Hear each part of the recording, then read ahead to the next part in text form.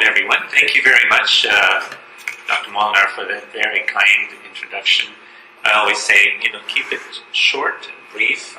Introductions are sometimes, not always, inversely proportional to the quality of the talk. So I just want to make sure I adhere to my own guidelines. So thank you. That's very kind. So today is a very special day because today you will hear there's going to be a press release focusing on the new guidelines that I'll be talking about today that we've just published about a week or 10 days ago. And you can find these guidelines on the Canadian Coalition for Seniors Mental Health website, which is ccsmh.ca. And these are 4 guidelines on the prevention, assessment, treatment of benzodiazepines, alcohol, cannabis, and opioid use disorders. These are the first ever published guidelines on this topic, and they were funded by the federal government through Health Canada. So I'll talk a little more about that. But let's start with the word addictions. What is an addiction? An addiction is very simple. It's a concept of continuously doing something despite having dire consequences. And it doesn't just have to be a substance. It can be any behavior related to harmful consequences. So whether it's shopping or gambling or working or exercising, substances are part of that. And somehow the brain becomes accustomed, adapted to that behavior, and it becomes a repetitive pattern of maladaptive behavior that gets you into difficulty. What I'd like to do is to spend a few minutes today talking with you about how do you recognize this in yourself and in other people that you work with or you live with. And what are some of the myths that we can keep in mind as we go through. Addictions are a brain disease. It's not a character weakness. They're preventable, they're treatable, and it involves biology. There's parts of the brain that actually trigger this, and they don't happen to everyone, right? They could last a lifetime if they're not treated. It stops the person from functioning as a normal, healthy human being. But why do they start in the first place? No one gets up in the morning to say, I'm going to go to work today or go out and get addicted to something. There are 2 reasons why people get addicted to substances. The first is why do we even consume substances? I know there are some wine experts in the group here. I see them. Thank you for being here, Bill. Why do we consume some of these substances? Well, number 1, it's to feel good. We do them socially. There's reasons why people enjoy them. So these are normal things. Why do we read? Why do we socialize? Why do we go to movies? It's to feel good. And then we're able to move on to the next phase of our life or next event. But the other part, which is not normal, it's to feel better. And what do I mean by feel better? It means that you're trying to take away some of the symptoms of stress, of anxiety, of depression, of loneliness, and that's what often gets people into trouble, when people use it for the wrong reasons. This is a developmental disease. And what do I mean by that? So 2/3 of addiction actually start in younger childhood, in adulthood. About a quarter starts in older adulthood.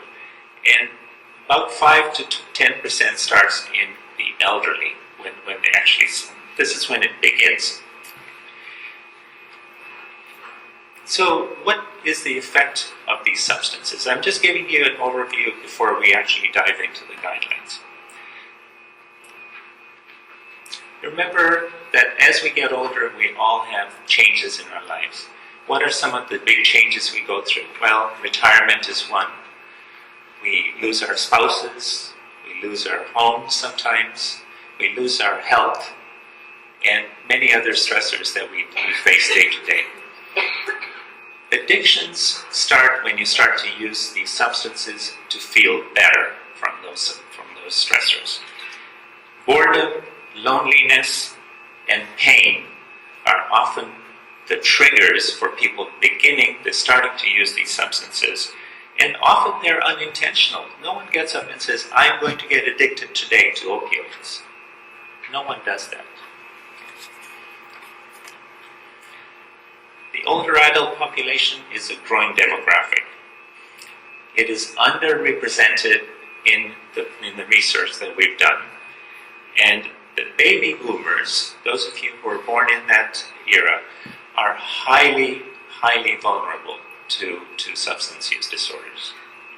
So with that in mind, I'm just going to begin my talk. The objectives today are to review some of the key recommendations from these recently released guidelines on alcohol, benzos, opioids, and cannabis, and understand the approaches to how to prevent some of these use disorders and how do we actually treat them. I won't be able to cover all 4 guidelines in detail, so please go on the website. You can download them they're free, and have a look at them. And I think you'll find them very helpful. And how to implement these guidelines in your own setting, and how to actually take advantage of the work that's being done to make people's lives better. In terms of disclosures, we don't have any disclosures. We went through a very scrupulous conflict of interest screening for every single member of these guideline committees. The only funding we had to do this was through Health Canada's Substance Use and Addictions program that funded these guidelines. And the working group members received honorarium for the work they did on the project.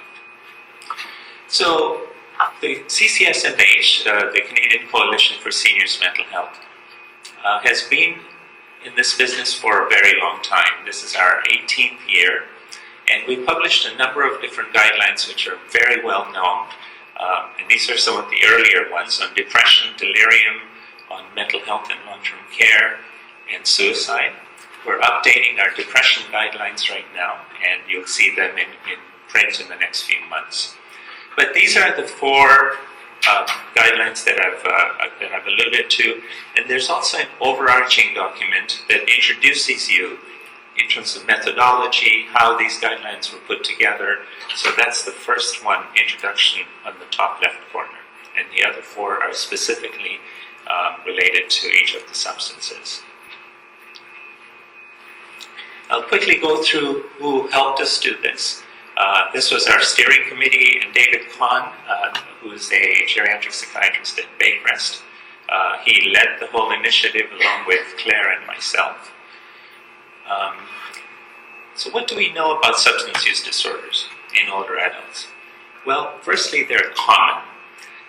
You can think of substance use disorders as the catalyst, or the WD-40, if you like, that allows people to slide from a difficult, stressful situation into the abyss of SUDs. It just allows them to slide right into it. And you can use any or all of these substances to get there. They're very common in geriatric medical populations, but more so in the psychiatric populations, which makes sense if you think about how they come about. There's increased vulnerability, and this is due to our physiological changes, our pharmacokinetic and dynamic changes in the brain, and the pharmacological circumstances with polysubstance use, multiple comorbidities, not to mention cognitive impairment. So all of these things add the risk factors to older adults. There is a big myth, there's misperceptions about substance uses in older adults. Some don't think it's an issue at all. Others believe it's too late to improve the quality of life of these people. And some people believe that why try to get someone to quit smoking after they've been smoking for 50 years? And I think that these are attitudes that we need to pause and reflect on and say, really, nothing is further from the truth. We know that substance misuse in older adults is a huge problem. There's a nice editorial in the BMJ if you want to have a look at it. I would encourage you to look it up. It was published in 2017. And as I said, baby boomers, because we, and I include myself in it because I'm a baby boomer as well, went through an era where drug use was actually okay, back in the 60s and 70s. Now, just in terms of cannabis, and I just want to throw this out, what's different today with the cannabis than what was being used then? Anyone? It's stronger? In what way, Frank? Stronger in? It's much more concentrated. The THC it's very potent. And the other thing is it's not pure. We don't know what we're getting. So we'll come to that in a minute. But there's a big, big risk in using substances, and especially if you come from this age group. The baby boom generation was the first to be significantly exposed to recreational drugs and reports a higher lifetime prevalence of use and past year use than any other generation that precedes them. Older adults face unique barriers. We've talked about they are understudied, under-identified, and really the attitudes, ageistic attitudes, actually prevent people from even asking questions about it. So let's focus a little bit on the guidelines and the methodology. So we started this by forming 4 big committees. Each committee had about 10 to 12 members. A major literature search was done by each. We looked at existing guidelines, meta-analysis. We did a full lit search, website search. We looked at all the big databases. And then we selected literature that was appraised to develop evidence-based, clinically sound recommendations. There's a tool called the AGREE tool that was used to identify guidelines that were of sufficient quality to inform guideline development. And these are very well-known tools in the literature. And then we graded each recommendations. So this is an emerging consensus on rating quality of evidence and strength of recommendations. This is developed by a widely representative group of international guideline developers. It basically separates out the quality of evidence and the strength of recommendations, and looking at outcomes of alternative management strategies, and also looking at explicit comprehensive criteria for downgrading and upgrading based on the quality of evidence. So essentially, once we gathered the evidence, then the grade tool was used to grade them whether there's enough evidence to make it a strong or weak recommendation.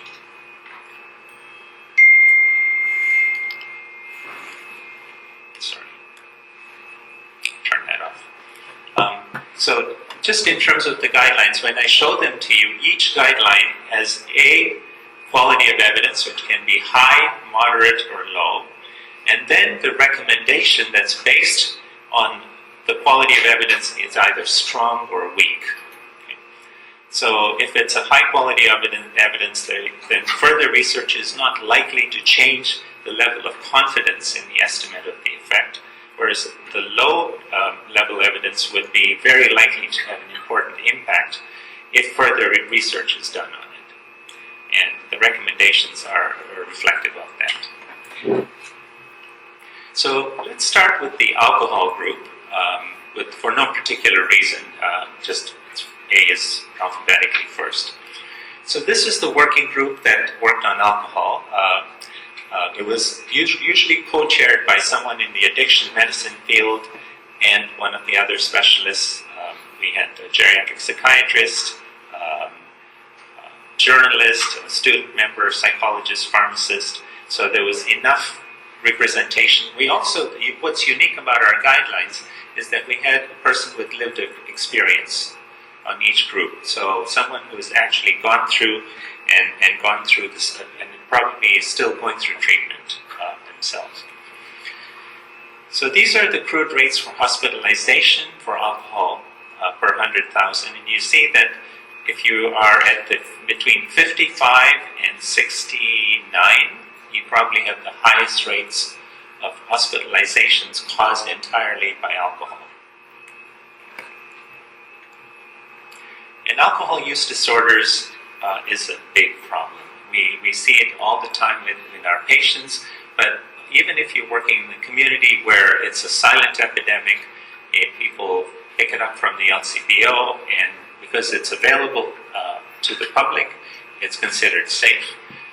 We know that there's low risk, LRDG stands for low risk drinking guidelines.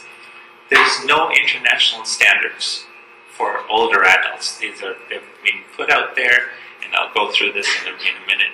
But essentially, because of the physiological changes and all the other factors we've talked about, and lack of proper guidelines, there's evolving risk of dementia, strokes, acquired brain injury, frailty, risk of falls, which makes the problem even harder to treat. In terms of evidence, there's a plethora, there's tons of expert opinions, but there's a paucity of really good evidence to support what we did. So most of the literature, the guidelines we're going to talk about today, are extrapolations from what we could find. So I'll talk about screening, prevention, and treatment in that order. So these are just a few of the recommendations in the guidelines. You're welcome to have a quick look at them by opening the actual documents online.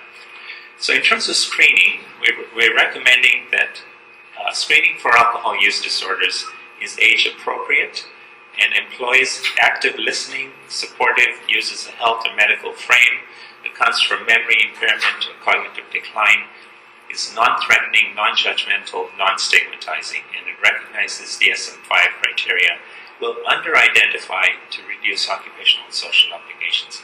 This is a strong recommendation that one should be screening for alcohol use disorders and other substance use disorders at least once a year if you're seeing someone for a check, medical check.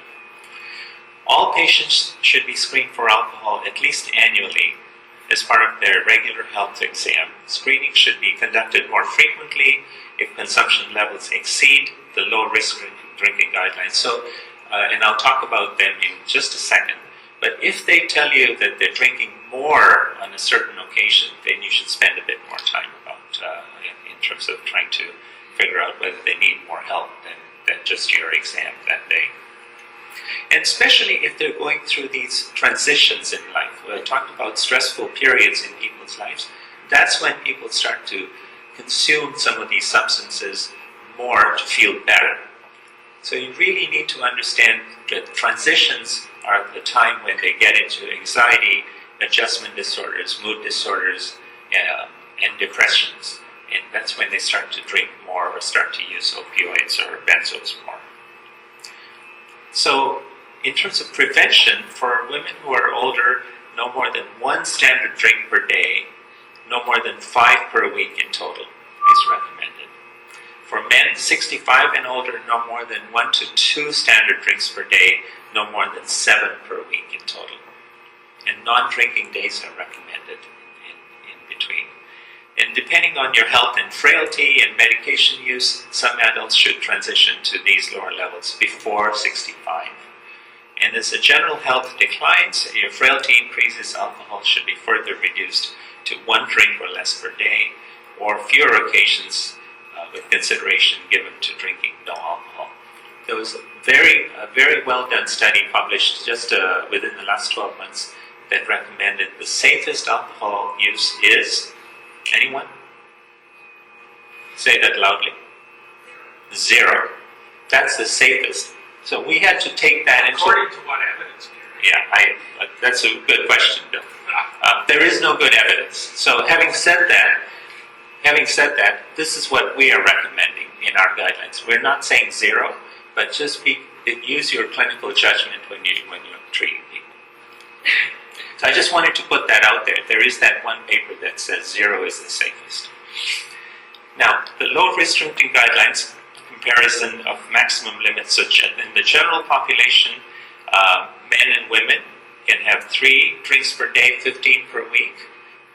or 2 drinks per day, 10 per week, but in the older adults, we're basically recommending half of that. Okay. In terms of treatment, as harm reduction strategy, in controlled environments, it is recommended that a managed alcohol taper be considered, and this is to prevent, reduce it, this avoids the risk of acute withdrawal, and individualize the taper according to a strategy. So 3 days if you're aggressive, weekly if you're moderate tapering, or every 2 to 3 weeks for mild tapering. And the details are in the guidelines. So you notice that the rate on this is consensus. There was no good evidence to even come up with a strong or weak recommendation. So this is a consensus recommendation that the group came up with. There are very few of these, but there are some in there. There are some drugs that can be used to treat alcohol use disorders, and I won't get into that today, but the strength is very, very high, and the evidence is good too, that these drugs do actually help to reduce craving. Naltrexone and acamprosate are the 2 drugs that that are recommended in terms of treatment. And finally, the least intrusive or invasive treatment options, such as behavioral interventions, should be explored initially. We'll present with mild AUD, and these approaches can function either as pre-treatment strategy or treatment itself. So I would encourage you to hold your questions just till the end, if that's okay. I'll just go through my presentation, unless there's any burning questions about alcohol. Okay. So take-home message, screen, have a discussion once a year with your patients, encourage them to stick to the lower guideline recommendations, and if they're in trouble, get them some help. So benzos, benzodiazepine receptor agonists. This is our working group. David Kahn and David Hogan were the co-chairs. David Hogan is the geriatrician, most of you probably know, and with the makeup as outlined. So 1 in 10 seniors in Canada uses a benzo on a regular basis. This is a well-known fact. There's a challenge here because physicians have a different view on the use of benzos. I talked to a lot of my psychiatry colleagues, and they say benzos are safe. They're completely harmless, and they give them out liberally. Okay. Patients tend to have a relatively positive feeling. If you go to the corner of an intersection and give 100 people a benzo, everybody feels better with it. Right? And guidelines frequently recommend benzo use only for short periods, especially in older adults. And this contradicts the current practice, because once they start, they often don't go off of it. And the literature is very limited on the use disorder in older adults. There's a lot of literature on the usage, the medical complications, the cognitive risk, etc. But there's very little on the substance use disorder part of it. What are the characteristics of long-term benzo users? Well, they're often women who are single, lower income, comorbidities. They often have mental health issues or medical issues or both. And the use of short-acting, high-potency benzos such as alprazolam, lorazepam, and oxazepam are very common. Receiving prescriptions for more than one benzo concurrently, and people going to different doctors for both opioids and benzo shopping is very common. One thing you find across all of these guidelines is the volume of initial prescription. When you write your first script, if you give them like a 3-month supply with 4 repeats, it's a big red flag. You need to really limit the volume of your initial prescription. If they've been on benzos before, and then if they're needing more and more, the dose escalation, and a greater number of prescribers and concurrent SUDs. If they're addicted to, I shouldn't be using the word addiction because it's not okay anymore, but if they have substance use disorders such as alcohol or opioids, you need to think about benzos being a higher risk as well. So in terms of prevention, the recommendations are fairly lengthy. So long-term use of more than 4 weeks should be avoided. Older adults have more increased sensitivity, and so you need to avoid the long-acting ones, such as diazepam. We all know the risks. There's driving experts, the geriatricians in this room, but alternative management strategies for insomnia, anxiety, and behavioral and psychological symptoms of dementia are recommended. So this is the prevention one, and strong recommendation. Another one is healthcare providers should consider implementing interventions to decrease inappropriate use of benzos in their practice. This includes medication reviews, prescribing feedback, audits and alerts, multidisciplinary case conferences, brief educational sessions. Regulators, health authorities, and professional organizations should consult with clinical leaders and older adults to develop and implement policies that aim to minimize inappropriate benzo use. So we're recommending a multi-pronged approach to prevention rather than just focusing on treatment. Clinicians should be aware that benzos are prescribed more frequently to women and potential implicit bias that may lead to inappropriate use. Assessment. So in terms of the assessment, whenever you suspect the meet a profile, such as women who are living alone, going through transitions, please be careful about the indication, the dosage, duration, and the features of the benzo use disorders. Think about other ways to manage the situation and help them treat their other psychiatric and medical comorbidities and not just treat the symptom. Again, very little evidence, so this is consensus-based. This is a very strong recommendation, so a person-centered step care approach, very similar to the alcohol treatment plan that we talked about. It takes time. You need to spend time with your patient, talking to them about why they need to consider cutting back, and have them be involved in the treatment planning and help them develop the stepwise approach. Developing strategies to minimize acute withdrawal and rebound symptoms are needed, because as soon as they get into that rebound, they'll start to go back and use more. And then reviewing them in terms of progress. Psychological interventions such as CBT are very helpful, but again, it's not easy to access in many communities. Strong evidence for its use, though. And often we use other drugs to substitute. We'll take them off of benzos, we'll put them on something else. They're generally not helpful for every patient. They might be helpful just for a short period, but your goal is to try and get them off the medication, or at least cut the dose down so that they don't get into the medical and psychological complications that we all know so well. I'm going to move on to cannabis now. How are we doing for time? So cannabis, I have to tell you, this was the most interesting group to work with, because cannabis got legalized right in the middle of our project, right? So it sort of changed things a lot as we went through this exercise. So we had 3 co-chairs. One was Jonathan Bertram, who's an addiction medicine specialist, Amy Porath, who's the Director of Research for the Center on Substance Use and Addiction, and she's been involved with Cochrane reviews and written Cochrane reviews, and Dallas Seitz, who's a geriatric psychiatrist, and then the working group is outlined.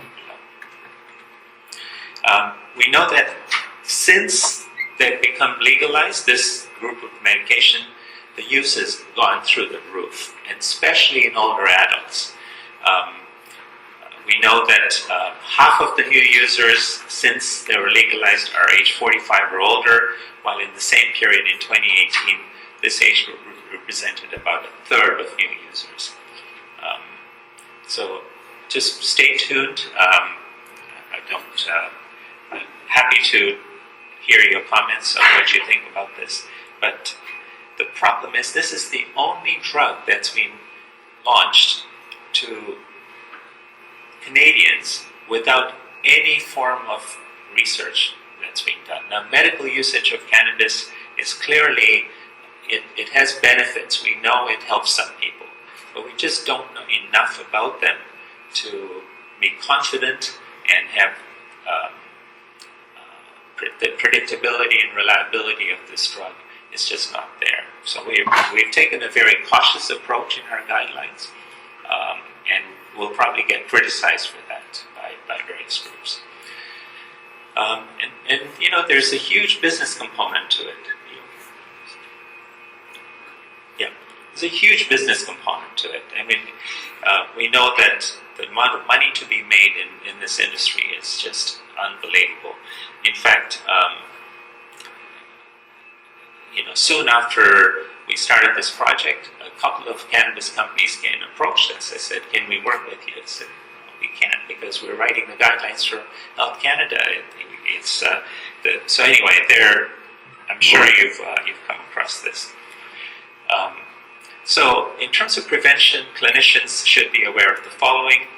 Clinicians need to know the common adverse effects of cannabis in older adults and counsel their patients about adverse effects such as immobility, instability, falls, incontinence, cognitive impairment, and nutritional changes.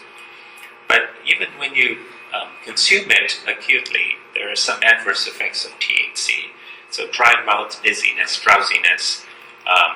They're psychoactive. The THC is, as we said earlier, the concentration of THC in today's cannabis is it's very strong. And so subjective feelings of anxiety, paranoia, and euphoria are quite common. And behavioral and mental health problems, if you're vulnerable, if you have a genetic predisposition to a psychotic illness, especially when you're younger, the rate of psychosis is so high that the Canadian Psychiatric Association is vehemently opposed to legalization. It was universally put out there. We know that there is some benefit to cannabis, but it'll take years and years before we have good research on it. In the meantime, I'm not sure what your approach is, but our approach is we need to be very cautious.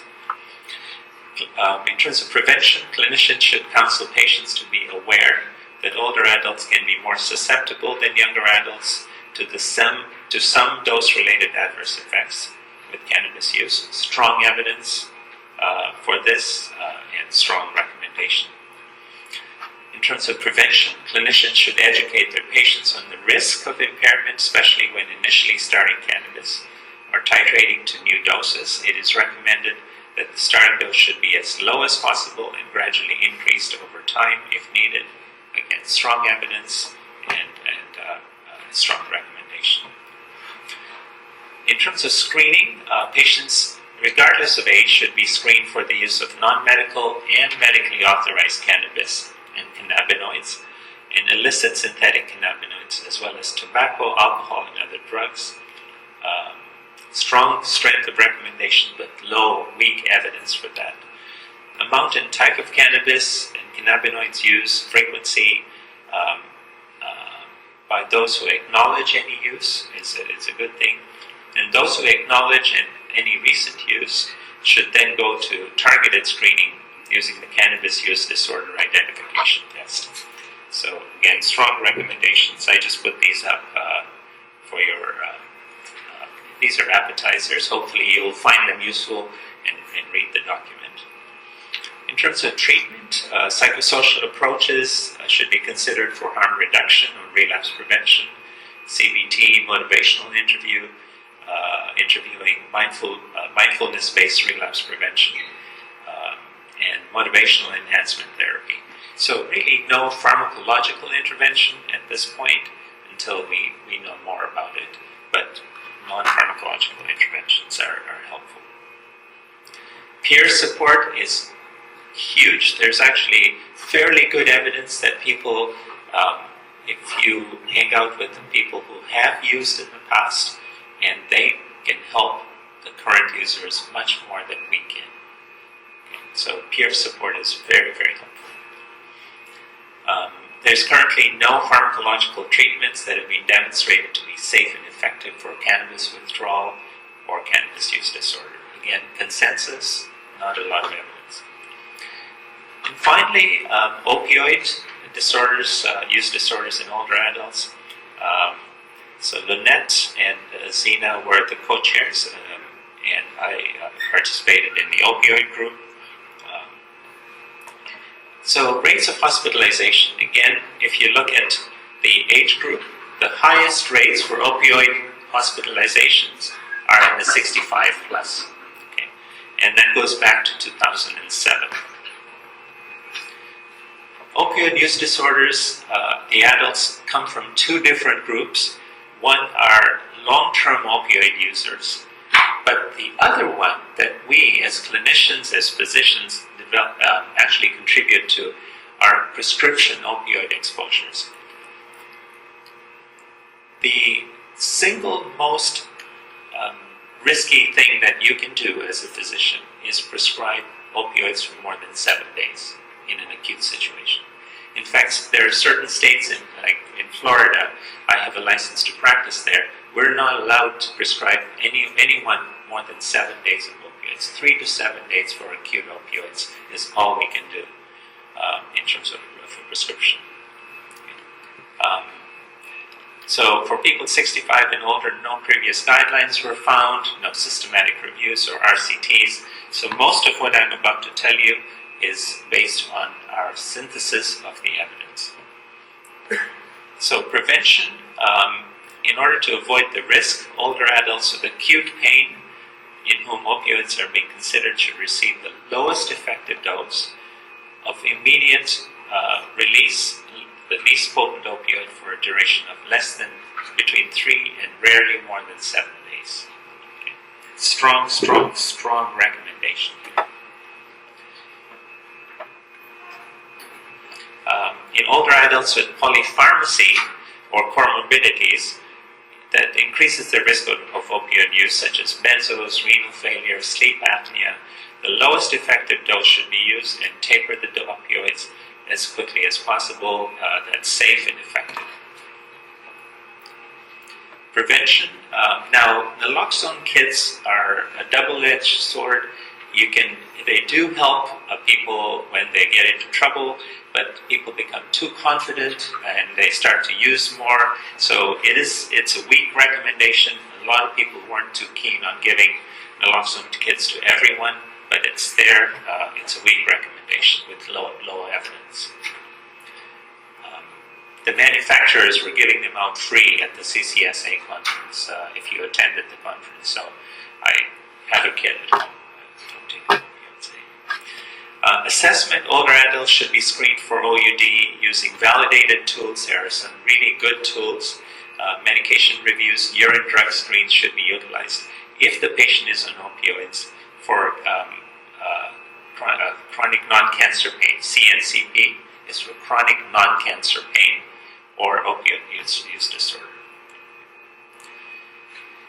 Now, treatment. I'm not sure how many of you have prescribed buprenorphine. Buprenorphine naloxone should be considered first line for opioid withdrawal in older adults. Methadone is an alternative and may be used, but there's added risks with methadone. It's not an easy drug to manage. So buprenorphine naloxone should be considered first line. We're starting to see more use of buprenorphine now, even here at the hospital.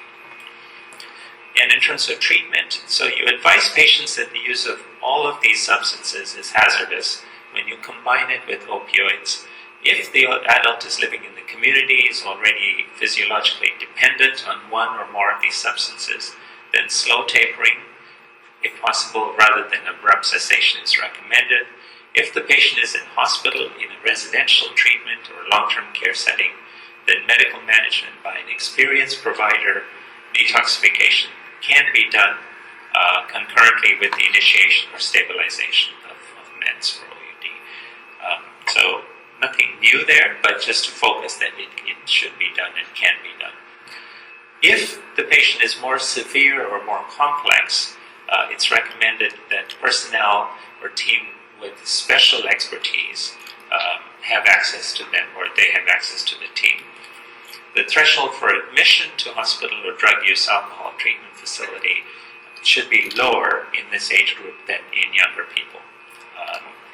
and closer follow-up is appropriate. Again, strong recommendation based on complexity. So I've just given you a sample of some of the guidelines. You will hear a media release today. You'll probably hear much more about it.